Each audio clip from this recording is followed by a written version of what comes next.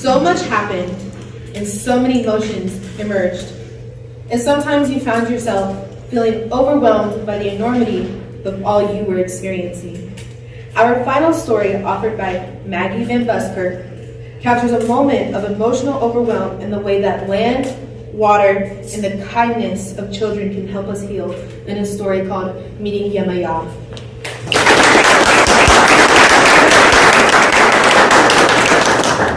Hey, I'm Maggie, and this is Meeting Yemanja. This day in Elmina, Ghana was hot. So fucking hot. I have no way of actually telling you if the temperature was any higher than the other days that we were there, but there was something about this day. It felt like my body was cooking from the inside out. The day started off enjoyably. We toured Elmina and talked with the local children, who brought with them lots of smiles and laughter. I started lunch in high spirits too, though I was practicing the patience my American self was learning there. Oh, Ghanaian time, I long for that slowness now. As I waited patiently for my food, I sat and talked with my friends. We laughed and relaxed. The world felt still. There was an easiness present, one that I can only remember in a felt sense, not in words. Out of nowhere, and in a profound contrast to this easiness, something heavy, dark, and thick entered my body. Abrupt and unyielding, I suddenly couldn't breathe, think, or move. This wave of intense anxiety came over me, was different than anything I'd ever felt before. I tried all the coping strategies that I could think of, sitting quietly by myself, breathing, naming colors and sounds. It was as if black smoke was filling my body and veiling my chest and head. I couldn't move. I felt people moving around me, noticing, trying to help, but I was somewhere else, helpless to the tightening of my chest and the prickling under my skin. Finally, someone who could maybe help? Dr. Souza, my close teacher, mentor, and friend, came to me. Come on, get up. We're going to take a walk. I'm going to show you something.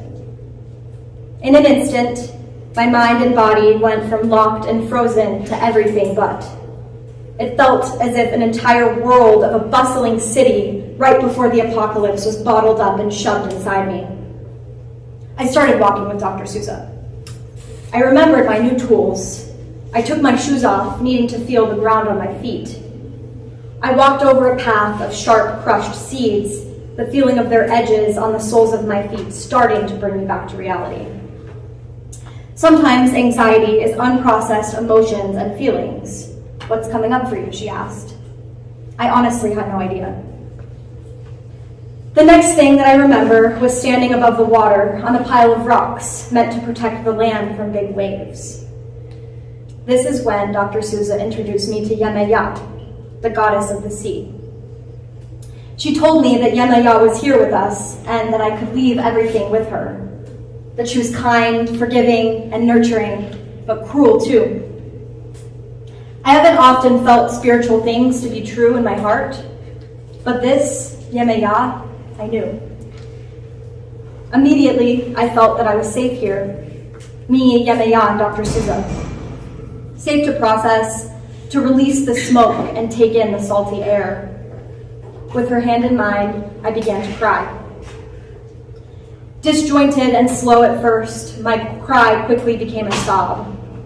In this moment, it felt like I was letting go of not only my own grief, but my mother's, my grandmother's, and that of all my ancestors. I cried because I don't know my ancestors, and I cried because I do. I cried because people like me murdered innocent people on these beaches. I cried because my soul was here before, here to witness the horrors that occurred here as murdered and as murderer. To my left, the two children that we met earlier appeared. Don't cry, Auntie, don't cry. They were so worried about me, and all I could do was smile at them through my sobs. Dr. Souza responded, "It's all right, let her, she needs to." As my tears began to slow, Dr. Souza asked me if I felt any better, any lighter. To be honest, I didn't, not all the way. There was more inside me. I needed to release more, to be more vulnerable to the moment, more vulnerable with myself, with Yemanja, with Dr. Souza. I needed more. As if they never subsided, sobs and tears returned to my body, this time bringing me to my knees. Again, I cried for everyone who has ever lived and everyone who has ever died. I cry now when I think about these moments on the beach. They feel sacred. Sacred because this is when I became aware, truly and viscerally aware, of something bigger than myself. Of Yemanja, of my past, my family's past. Aware of my ancestors, the good they did and the bad. Of my soul, my spirit, and the journey she has been on before this life. I'm not sure why this moment or why this beach, but I do know now, and that's enough for me.